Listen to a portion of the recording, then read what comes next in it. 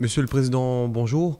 Bonjour. En quelques mots, votre état d'esprit à la sortie de ce bilan d'étape du SIOM pour Mayotte. Il reste beaucoup à faire pour Mayotte. On a pu exposer les différentes préoccupations des Mahorais aujourd'hui. On a eu l'écoute. Maintenant, encore une fois, les attentes sont tellement nombreuses que je ne peux pas dire que les solutions ont tous été apportées. On a entendu des orientations. Maintenant, nous sommes toujours dans l'attente du beaucoup plus que ce qu'on a entendu jusque-là. Alors, le ministre a annoncé un projet de loi Mayotte. C'est pas la première fois, c'est un dossier qui date de plusieurs années. Est-ce que là, vous êtes quand même plus optimiste qu'auparavant pour ce projet de loi? Oui, je suis un peu plus optimiste parce que la méthode a changé. Ce n'était pas la même méthode qu'on a eue jusque-là.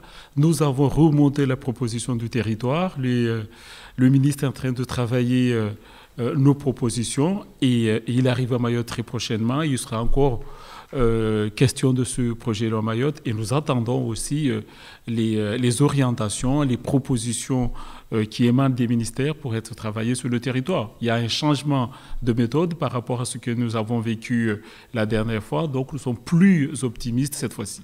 Votre collègue, le député Mansour Kamardine, parlait de la co-concertation, co-concertation pour ce projet de loi Mayotte. Pour vous, c'est important que les élus du département aussi puissent rédiger cette loi avec l'État? C'est plus que important et puis c'est la voie qui est prise en ce moment. Cette co-construction, nous l'avons proposée. Je crois qu'il a été accepté par le ministre. Donc le travail ensemble est en train de prendre. Donc nous espérons continuer dans ce sens-là. Sur l'eau, on a aussi vous avez aussi dû évoquer le problème d'eau. Est-ce que pour l'année prochaine, pour l'hiver prochain, la prochaine sécheresse, est-ce que vous avez espoir que la saison se passe mieux que celle-ci? C'est ce que nous espérons. C'est ce que nous espérons. On ne peut pas nier l'effort que l'État fait aujourd'hui à Mayotte sur la question d'eau. Il y a beaucoup d'efforts qui sont faits.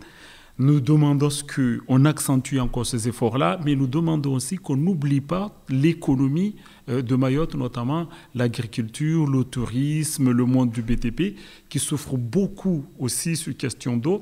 Et ce côté-là, le travail n'a pas encore été enclenché. On est sur la consommation courante, ce qui est normal, mais nous attendons aussi que ce pan de l'économie puisse aussi être regardé de près et que des solutions puissent être apportées dans les meilleurs délais. Aujourd'hui, on voit nos agriculteurs qui commencent à se débarrasser de leur cheptel parce qu'ils n'arrivent pas à les nourrir correctement, ils n'arrivent pas à les abreuver correctement. Donc nous demandons aussi qu'un travail soit fait et des réponses aussi puissent apporter à ce niveau-là et aussi assez rapidement.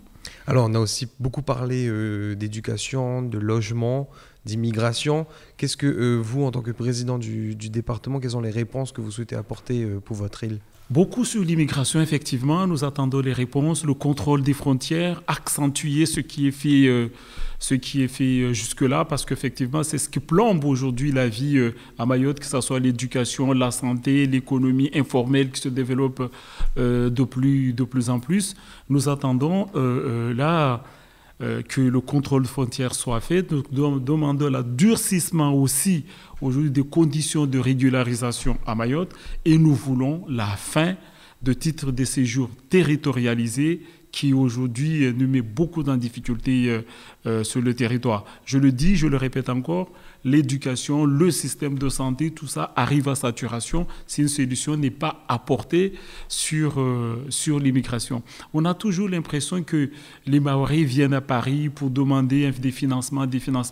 Oui, parce que ce travail-là, parce qu'on n'a pas aujourd'hui réussi à contrôler l'immigration sur le territoire. Je prends, nous, au niveau du conseil départemental, tout l'accompagnement que nous faisons sur les mineurs isolés et les PMI qui, encore une fois, je le répète, nos PMI sont fréquentés à 91% par de non-assurés sociaux.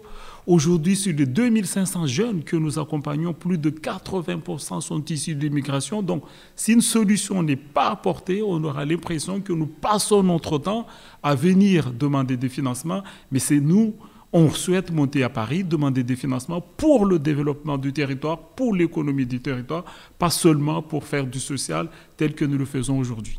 D'ailleurs, le ministre a appelé à travailler sur la loi immigration, les parlementaires mahorais à travailler sur la loi immigration.